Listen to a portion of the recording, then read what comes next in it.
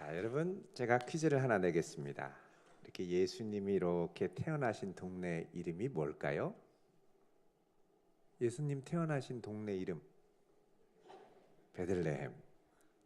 그러면 이 예수님 태어난 이 마국간 주변에 등장 인물들이 누가 있을까요? 마리아, 요셉, 또 동방박사, 또 목자들. 말은 인물은 아니에요, 동물이에요. 네. 자, 이렇게 있죠. 자, 그럼 또 질문이 있습니다.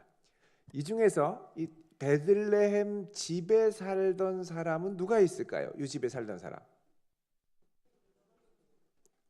아무도 없었죠. 예. 다 꽤 먼 거리에서 오신 분들입니다. 여러분들도 차를 타고 멀리서 이렇게들 오신 분들도 계시지만 거리로 따지면 동방박사들은 예루살렘의 이스라엘의 동쪽이니까 갈대아 우르, 그러니까 바벨론 지역이죠. 원래 아브라함의 고향이었던 갈대아 우르면은 한 1,800km 정도를 오는 거고, 그 중간 정도 됐던 하란에서 살았다 그러면 한 900km 정도를 낙타를 타고서는 오는 겁니다. 꽤 먼 거리죠.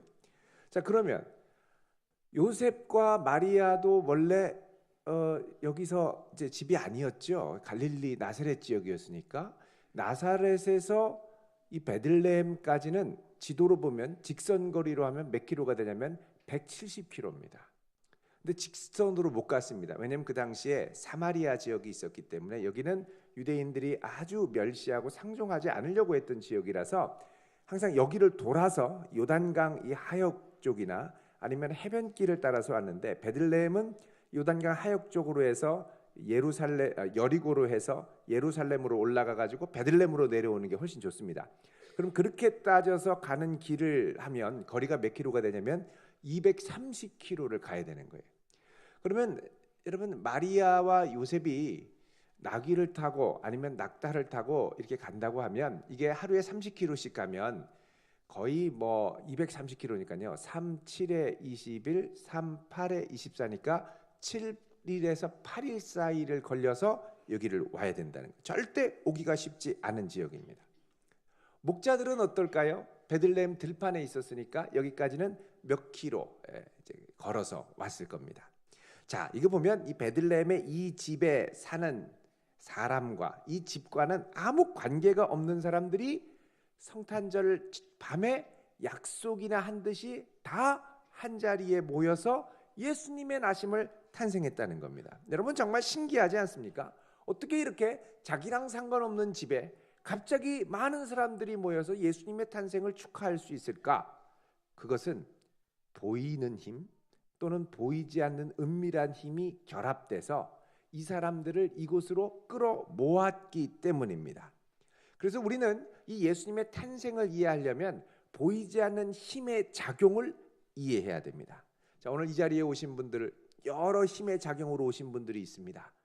기쁘게 예수님을 탄생을 찬송하기 위해서 오신 분도 있고, 할 수 없이 엄마 등살에 못 이겨 오신 분도 있고, 아내 등살에 못 이겨, 남편 등살에 못 이겨, 뭐 멀리 계신 시어머니 등살에 못 이겨, 하여간 여러 힘의 작용으로 여기까지 이렇게 오셨다는 거죠. 자, 그럼 그 당시에 작용했던 힘들이 어떤 게 있느냐? 자, 먼저는 좀 가시적인 힘입니다. 어떤 힘이 있었냐면 로마 황제의 힘, 제국을 통치하는 최고 통치권자의 힘이 있었습니다. 자, 오늘 말씀 1절에 보면 이렇게 시작을 하죠. 읽어보겠습니다. 시작. 그때에 가이사 아구스도가 영을 내려 천하로 다 호적하라 하였으니. 여기 보면은 가이사 아구스도, 시저 아우구스투스입니다. 로마의 황제 아우구스투스 황제가 명령을 내렸습니다. 뭐라 그러냐? 천하의 모든 사람이 호적해라. 자, 호적하라는 말은 오늘날로 하면 인구 센서스, 주택 인구 총조사 뭐 이런 거 하는 거죠. 자, 이렇게 센서스 조사하는 이유가 뭐냐? 그것은 좀 더 직접적으로 얘기하면 세금 거두려고 합니다. 예, 세금 거두려고. 여러분, 금융 실명제 뭐 이런 거 할 땐 다 이 자금의 흐름을 추적하기 위해서 그러는 거 아닙니까? 인구가 어디 살고 누구라는 걸 정확하게 알아야 세금을 거둘 수가 있죠. 그래서 이 명령을 누가 시행했냐면 2절에 보면 구레뇨라고 하는 사람이 그 당시에 수리아와 유대 지역의 총독이었는데, 이 사람이 이 명령을 받아서 로마식 이름으로는 키리니우스입니다. 키리니우스가 물샐 틈 없이 그 당시에 아주 유능한 행정 관료로 알려져 있었습니다. 평판이 자자했습니다. 그가 이제 이 이스라엘 지역에도 유대 땅 지역에도 이 인구 총조사를 전격적으로 시행을 했죠. 그런데 이 시행을 하면 모든 사람들이 원래 자기 지파에 속한 고향으로 돌아가야 됐습니다. 자, 요셉은 어디로 가야 됐느냐? 베들레헴으로 가야 됐죠. 여러분, 베들레헴은 다윗 지파, 다윗의 고향이었습니다. 그래서 다윗이 예전에 이 베들레헴을 근거지로 해서 이제 유다를 다스리고 나중에 예루살렘으로 통합 왕국으로 통일 왕국이 되면서 옮겨갔죠. 자, 그래서 이 요셉도 다윗의 후손이었기 때문에 이제 이 명령에 따라 어쩔 수 없이 이제 등록을 하러 가야 됐습니다. 근데 여러분, 보통 이게 로마 황제 정도의 명령이 아니면 요셉과 마리아는 절대 이 자리를 뜰 수가 없었던 사람입니다. 왜냐하면 두 가지 이유가 있었습니다. 첫 번째는 마리아가 임신했습니다. 임신했는데 그냥 임신 5개월, 6개월이 아니라 배가 남산만해져서 이제 뭐 1주, 2주 후면은 이제 아이가 나올 것 같은 거예요. 아슬아슬한 겁니다. 자, 그런데 이걸 인구 조사를 하려고 그러면 230km 낙타를 타고 열흘길을 가야 되는 거예요. 7일, 8일을 가야 되는데, 여러분 낙이나 낙타 혹시 타보셨습니까? 절대 자동차처럼 편하지가 않습니다. 다리를 갖고 이렇게 가면요 몸이 흔들흔들합니다. 그 낙타가 조금만 빨리 가면 몸이 막 흔들려가지고요. 허리 나쁜 분들은 잘 못합니다. 부드럽게 허리를 이렇게 좀 움직여주고 해야 이 낙타를 부드럽게 잘 타고 갈 수 있죠. 근데 이거를 타고 이제 내일 모레 아이가 나올지 모르는 여인을 데리고 간다. 이거 쉽지 않죠. 여러분, 지난주에 저희 교회에 새가족 한 분이 수료를 하셨습니다.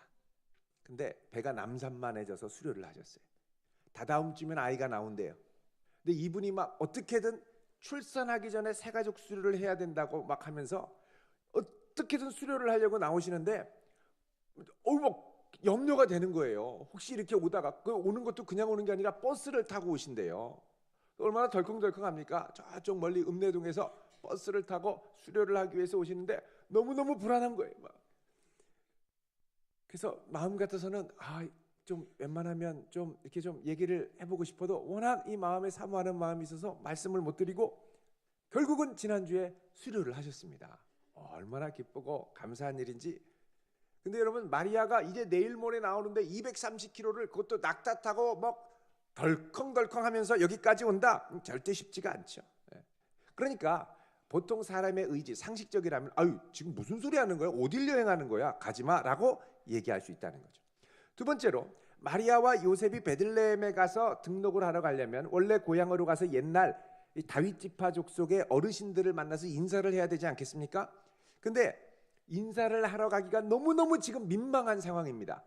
왜냐하면 여러분, 오늘 말씀 5절에 보면 뭐라고 그러냐면 약혼한 마리아와 함께 호적하러 올라갔는데 마리아가 이미 잉태되었다 그러죠. 이미 잉태되었다.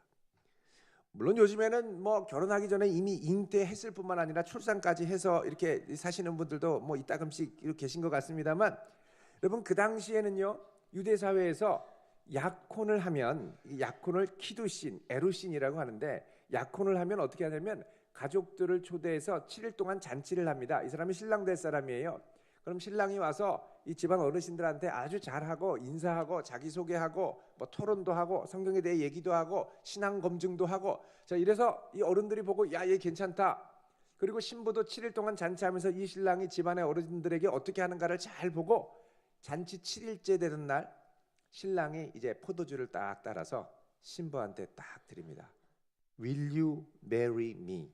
나에게 결혼해 줄래요? 이렇게 딱 하고 주면 신부가 딱 봤는데 일주일 동안 봤는데 신랑이 이 어른들한테 하는 게 마음에 안 들어요. 버릇이 없고 천방지축이고 너무 괴팍해서 집안 사람들이 저 어떻게 저런 신랑을 데려왔니? 막 이렇게 하면 포도주를 이렇게 딱 고마운데 하고 이렇게 쭉 엎어버립니다. 결혼 못하는 거예요. 근데 그때 신부가 딱 받아서 네, 저 결혼할래요. 감사해요. 만약에 이게 감격적으로 수락을 하면 그 다음에는 어떻게 하냐면 신랑이 기다려요. 내가 가서 신부지참금을 벌어올게. 그리고서는 이제 집을 떠나서 돈 벌러 나갑니다. 돈 벌러 가서 한 6개월, 많게는 1년 동안 열심히 일을 해서 신부지참금, 오늘날로 하면 집 살 돈을 마련해 가지고 돌아오는 거죠. 자, 신랑이 떠나가 있는 동안 신부는 뭐 할까요? 외로워서 다른 사람 뭐 만나서 데이트하고 그러면 될까요? 안 됩니다. 그때는 몸과 마음을 정결하게 해서 신랑이 언제 올지 모르죠. 왜냐하면 그 당시에 뭐 핸드폰이 있는 것도 아니고 우편 뭐 이렇게 전화기가 있는 것도 아니고 카톡을 하는 것도 아니고 신랑이 돈 다 벌면 그냥 와요. 어느 날 갑자기 팍 와서 다 됐다. 이렇게 나타나는 거예요. 그러면 오면은 신부가 어머나 어서 오세요. 얼마나 기다렸는데 하고 몸과 마음을 정결하게 하고 신랑을 맞이해야 되는데 이 신부가 노름에 빠져가지고 잠깐만요. 이거 한 판만 더 하고 뭐 이러면 안 된다는 거예요. 그러니까 늘 깨어서 오매불망 신랑이 언제 오시나 기다리면서 자기 몸과 마음을 정결하게 기다리고 있어야 된다는 거죠. 자, 이렇게 기다리고 있으면 그때 와가지고 이제 준비가 잘했으니 결혼하자. 그래서 7일간 안식일 다음 날부터 7일 동안 결혼식을 성대하게 하고 이제 합방을 하는 겁니다. 그 다음에 아기가 생겨나는 거죠. 이게 정상적인 유대 사회였습니다. 그런데 딱 이러고서는 더구나 다윗의 자손인데 베들레헴에 가면은 그냥 임신 한 2, 3개월이면 감출 수 있어요. 뭐 한 4, 5개월도 그래도 그 당시에는 옷이 털레털레 하니까 감출 수 있어요. 근데 어머나 세상에 태어나기 바로 전이네요. 그리고 딱 가면은 어떻게 해요? 누가 뭐래도 마리아의 배를 보면 어머나 쟤네들 속도 위반했네. 심하게 했네.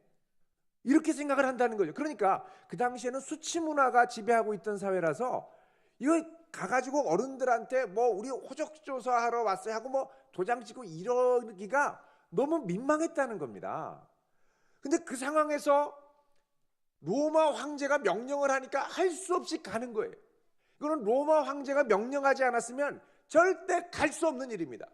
그러니까 내가 절대 할 수 없는 걸 할 수 없이 국가적인 제국의 힘과 명령을 동원해서 할 수 없이 끌려서 가게 되더라는 거죠.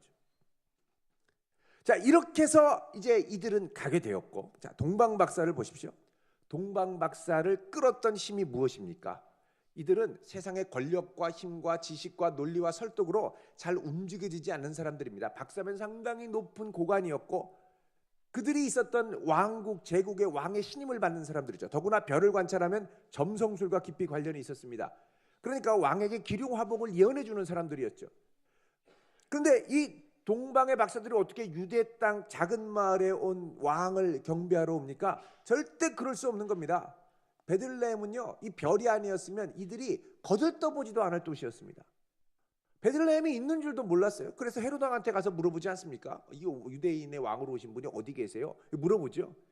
자, 그런데 이들이 한밤중에 강력하게 비치는 별을 보고 이들이 흥분했습니다. 태어나서 그런 별 처음 봤거든요. 그래서 그 별을 무작정 따라간 겁니다. 그러니까 이들을 이끌 수 있었던 힘은 뭐냐? 돈과 힘과 권력이 아니라 하나님의 신비였습니다. 여러분, 우리 중에도 보면 돈으로 힘으로 움직여지지 않는 사람들이 있죠. 권력으로 움직여지지 않는 사람들이 있죠. 그런 사람들은 신비한 힘, 신비한 능력, 삶에 다가오는 신비를 경험할 때 움직여지게 됩니다.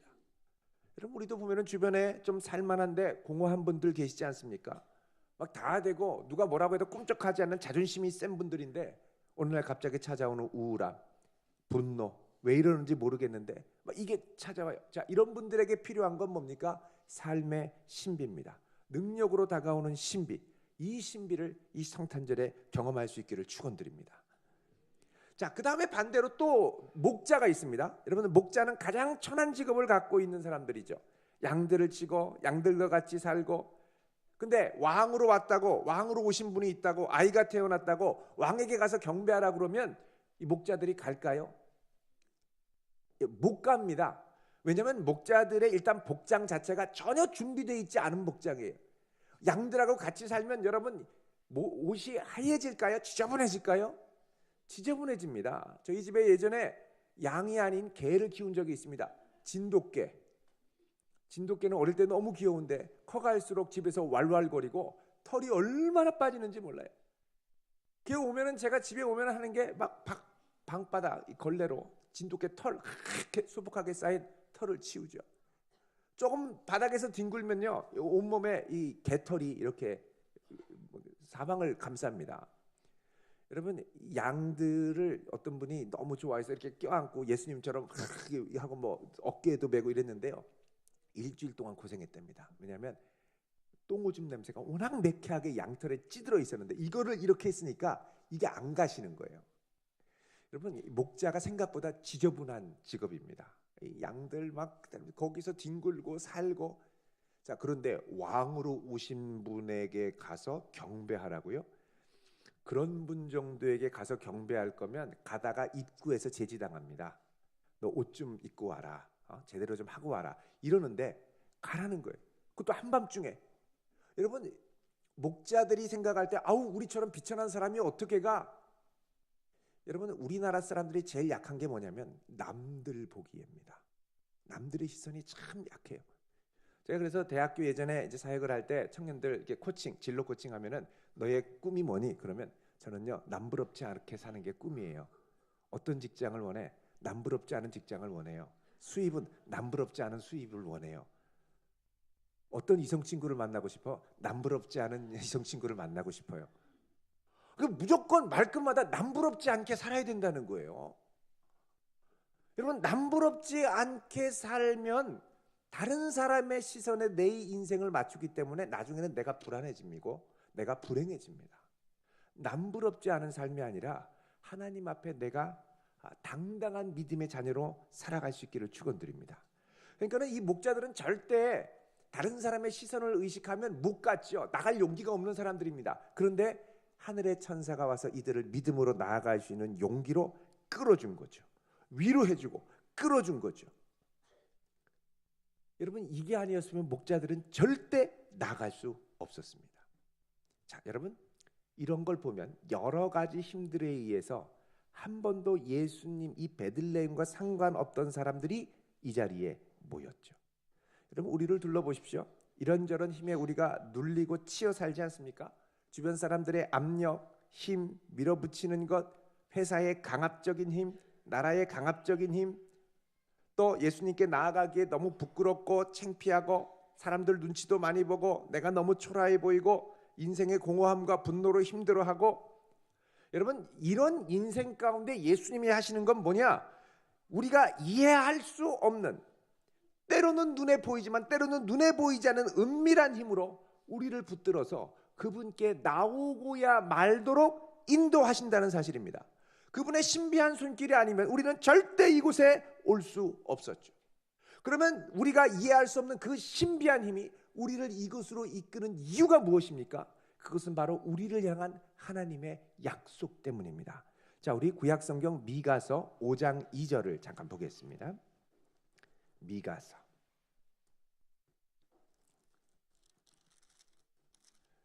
미가서는 1294쪽, 구약성경 1294쪽에 있습니다. 1294쪽 미가서입니다. 자, 5장 2절 같이 읽어보겠습니다. 시작. 베들레헴 에브라다야, 너는 유다 족속 중에 작을지라도 이스라엘을 다스릴 자가 내게서 내게로 나올 것이라. 그의 근본은 상고의 영혼에 있느니라. 아멘. 자, 이것은 미가 선지자를 통해서 장차 오실 메시아의 탄생을 예언한 건데, 이 약속 예언에 따르면 메시아가 어디에서 나오냐? 베들레헴에서 나온다는 거예요. 그러니까 이 약속을 이루기 위해 하나님의 자신의 약속 언약의 신실에서 이들을 보이지 않는 은밀한 힘으로 다 모두 이곳 베들레헴으로 모으셨다는 거죠. 자, 이렇게만 약속한 게 아닙니다. 그 다음 3절에 보면 이런 약속을 하죠. 그러므로 여인이 해산할 때까지는 그들을 원수의 손에 붙여두시겠고 그 후에는 그의 형제 가운데 남은 자가 이스라엘 자손에게로 돌아오리니. 4절에 보면 그가 여호와의 능력과 그의 하나님 여호와의 이름의 위엄을 의지하고 서서 목축하리니. 목축한다는 건 양떼를 먹이리니 그들이 거주할 것이라. 이제 그가 창대하여 땅끝까지 미치리라. 자, 이건 뭐냐? 이제 우리를 죄와 사망의 권세에서 구원하여 하나님의 자녀로 풍성한 삶을 살기 원하는 그 하나님께서 우리에게 예수 그리스도를 보내셔서 이런 삶을 허락하시겠다고 약속하신 겁니다. 이 약속을 뭐라 그러냐? 새 언약이라고 합니다. 이 새 언약이 우리에게 이루어지면 우리의 굳은 마음이 제거되고 부드러운 마음이 되어 하나님의 뜻을 기쁘게 받아들이고 믿고 신뢰하며 이 어그러지는 세상 가운데 세상이 알 수 없는 새로운 힘과 능력으로 살아가게 된다는 것이죠. 그리고 그 약속을 위해 마침내 주님이 오셨고 우리의 삶의 그 놀라운 계획이 오늘 이후로 우리의 삶에 펼쳐지게 될 줄로 믿습니다. 여러분, 우리를 감싸고 있는 견디지 못하게 만드는 힘들이 있습니다. 그 힘들에 시달리는 것을 스트레스라고 그러죠. 스트레스가 많아요. 여러분, 이 앞에 이제 떨고 어떻게 하지 무력하게 그냥 망연자실하게 있을 것이 아니라 우리를 위해 새 생명으로 이 어그러진 세상의 풍조를 이기며 세상이 알 수 없는 평화를 경험하게 살도록 인도하실 그 주님을 우리 인생 가운데 모셔드릴 수 있기를 바랍니다. 그리고 그렇게 살아갈 수 있는 성도 될 수 있기를 주님의 이름으로 축원드립니다. 기도하겠습니다.